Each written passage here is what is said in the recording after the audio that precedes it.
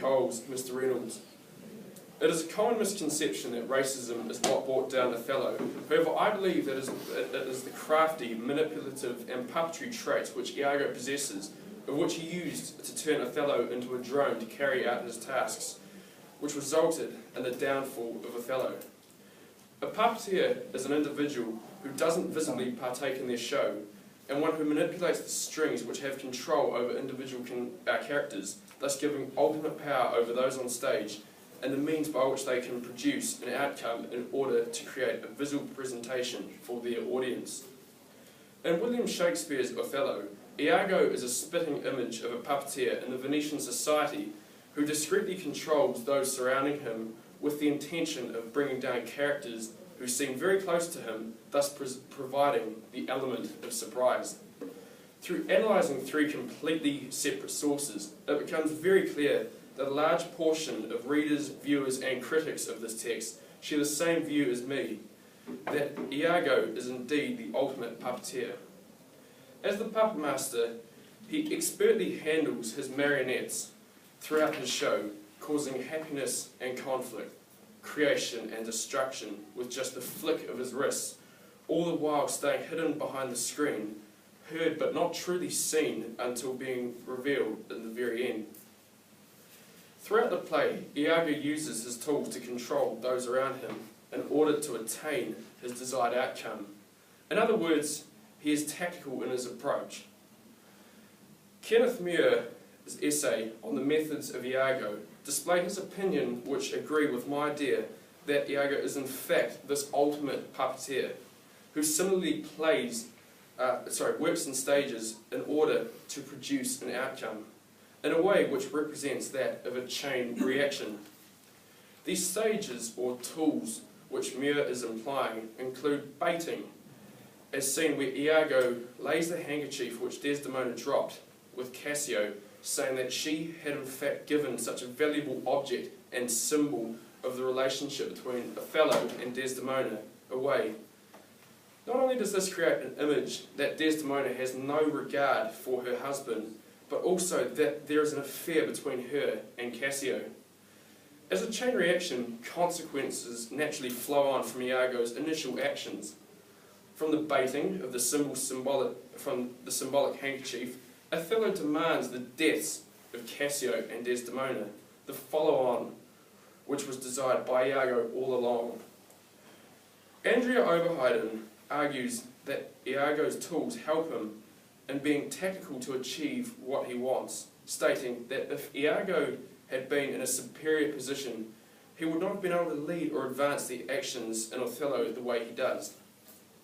This point displays that Iago's position is key to his success, but more so that his success was reliant on this.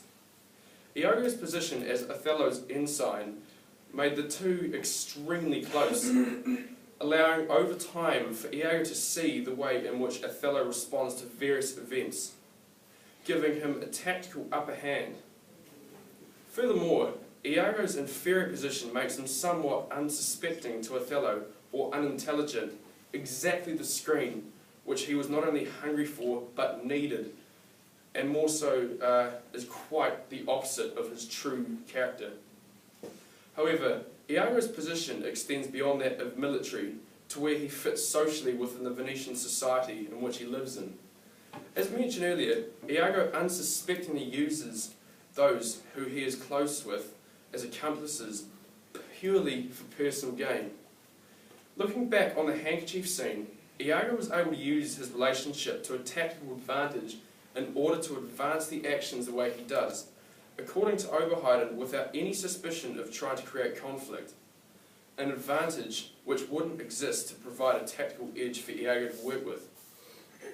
The methods which Iago implements in order to attain the ability to manipulate these characters is also of extreme importance, as they ultimately determine the extent to which he has control over others.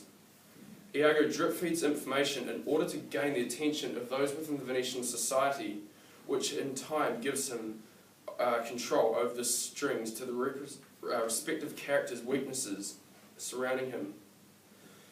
In Muir's essay, he later on argues that Iago begins to plant the seed of doubt in Othello's mind.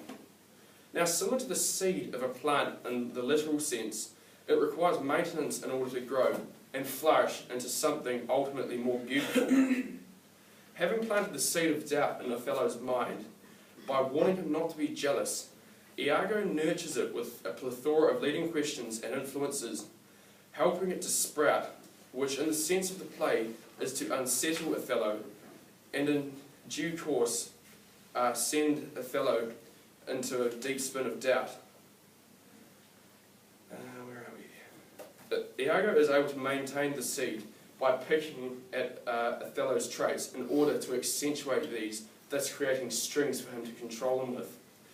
Furthermore, once the seed flourishes, Iago picks at these weaknesses as they ripen, making room for him to do so more.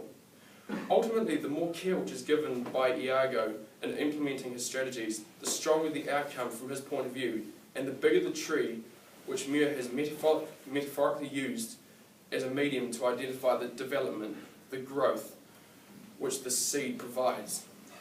Similarly, Andrea Oberheiden again later states that Iago is an intelligent character who uses his tactical deftness to manipulate others.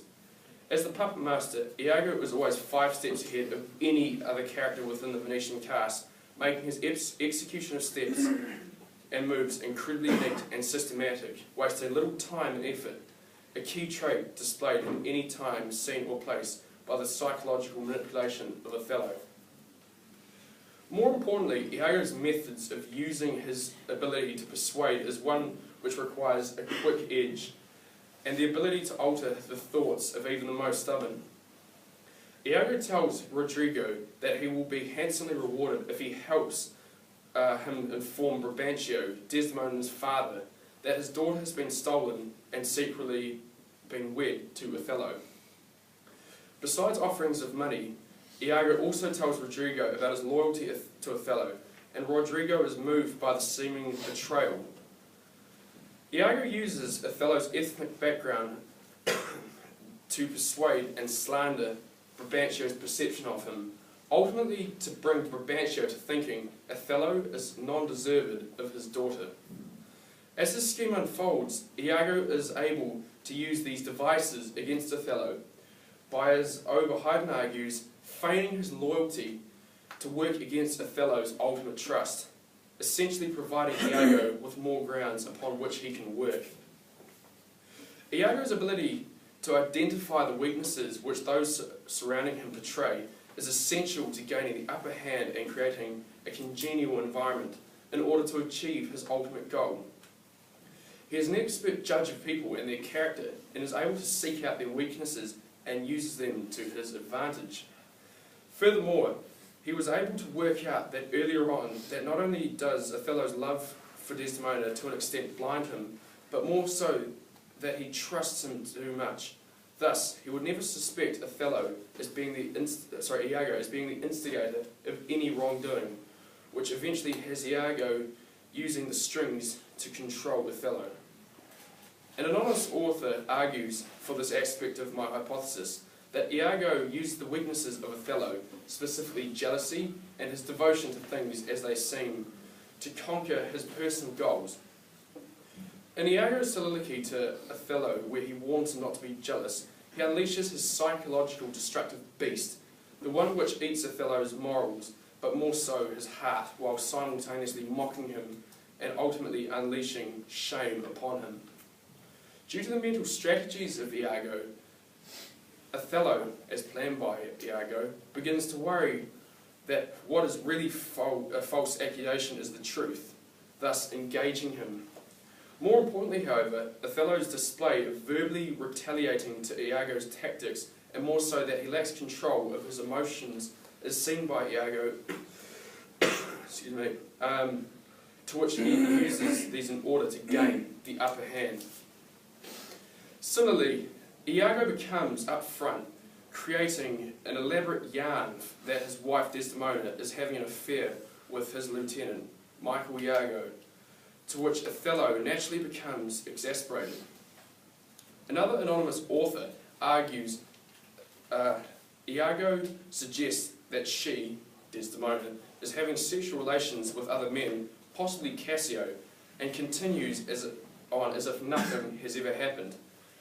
This suggestion puts Othello into a state of such emotional turmoil that he is lost in a trance which ultimately aligns with this segment of my thesis.